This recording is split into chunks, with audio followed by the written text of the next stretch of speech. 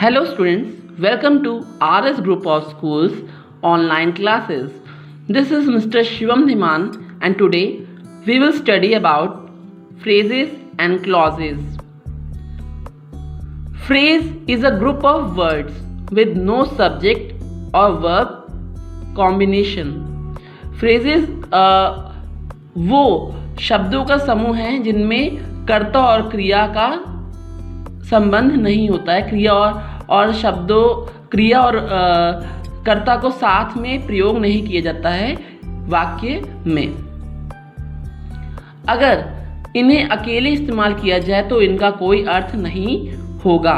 It has no meaning if it is used alone. Means अगर हम इन्हें अकेला इस्तेमाल करें या यूज़ करें तो इनका कोई भी सही अर्थ नहीं निकल सकता है। Taking the examples, the sports car.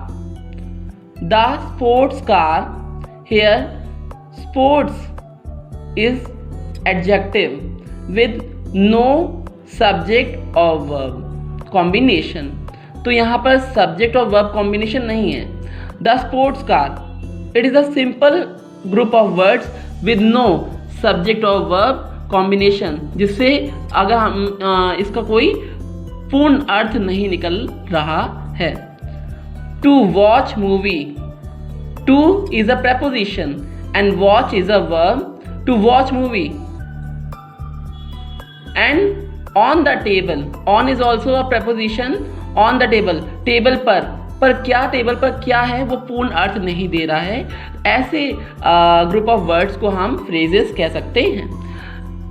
These words or phrases are used as single unit in a sentence. इन्हें हम एक छोटा सा हिस्सा वाक्य का देख सकते हैं। ये वाक्य में छोटे से रूप में प्रयोग होते हैं। Now let us understand about the clauses. Clauses are those group of words with subject and verb combination. Clauses जो होते हैं वो ग्रुप ऑफ वर्ड्स या शब्दों का वो समूह है जो सब्जेक्ट और वर्ब के कॉम्बिनेशन के साथ यूज होते हैं, यानी जिनमें सब्जेक्ट और वर्ब कंबाइंड में यूज होता है। कर्ता और क्रिया साथ में इस्तेमाल होती है। क्रिया यहाँ पर जो वर्ब होगी वो ऑक्सिलरी वर्ब फॉर्म में भी हो सकती है या मेन वर्ब के फॉर्म में भी हो सकती है। ऑक्सिलरी वर्ब आपकी is, am, are, has, have, will, shall हो सकती है। It completes its meaning by itself. Clauses अपना मीनिंग अपने आप ही पूरा कर लेते हैं। If we take an example, John is my best friend. The sentence John is my best friend is a clause. Here John is a subject, is a verb which is auxiliary and my best friend, यानी कि John मेरा मित्र, मेरा प्रिय मित्र है। But if we separate these two words John and is, the rest of the sentence form a phrase. My best friend means मेरा प्रिय मित्र. That is why clauses are those group of words which have a subject and verb combination and complete its meaning. तो यहाँ पर John और is यानी subject और verb के combination को लगा देने से ये जो sentence है वो पूरी तरह से complete हो गया है और ये clause है। If we look on to the types of clauses, there are two types of clauses according to their usage. प्रयोग के आधार पर clauses दो प्रकार के हैं, independent clause and dependent clause. Now let us understand about the two types of clauses. An independent clause are those clauses which convey full meaning. Means independent clause जो वाक्य में इस्तेमाल होते हैं उनका पूर्ण अर्थ निकलता है और ये एक अपनी तरफ से कंप्लीट सेंटेंस का फॉर्म करते हैं। They helps in complete sentence formation. If you take example, you were in the party, तुम पार्टी में थे। Dependent clause, those clauses which does not convey any full meaning and they forms incomplete sentence. Dependent clause पूर्ण अर्थ नहीं देते हैं वाक्य में और ये अपूर्ण वाक्य बनाते हैं या इनके फॉर्म होने से अपूर्ण वाक्य से लगते प्रतीत होते हैं। Taking the example, when I came home, जब मैं घर आया। तो जब मैं घर आया तो क्या उसके बाद का हमें उसका जो पूर्ण अर्थ है यहाँ पर नहीं मिल रहा है, तो ये डिपेंडेंट क्लॉज है।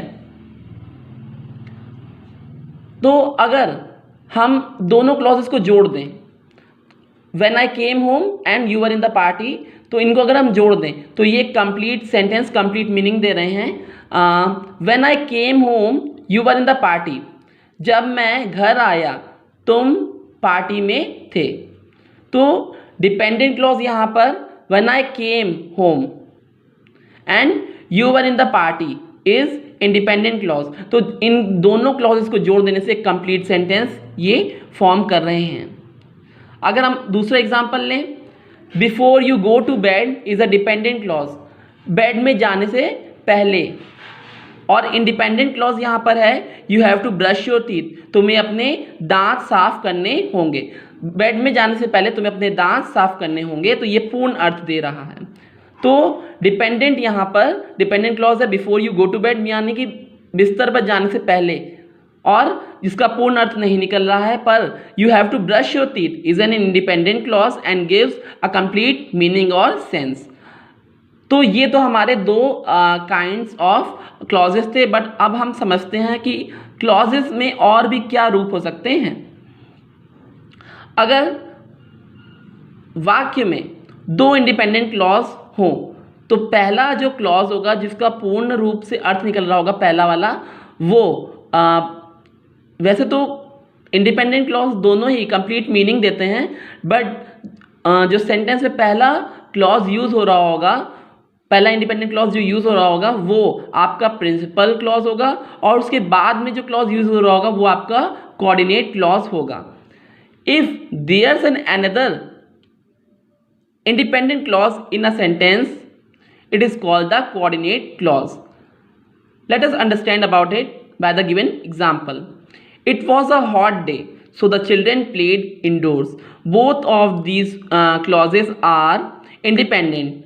It was a hot day, वह एक गर्म दिन था, so the children played indoors, इसलिए बच्चे घर पर खेल रहे थे।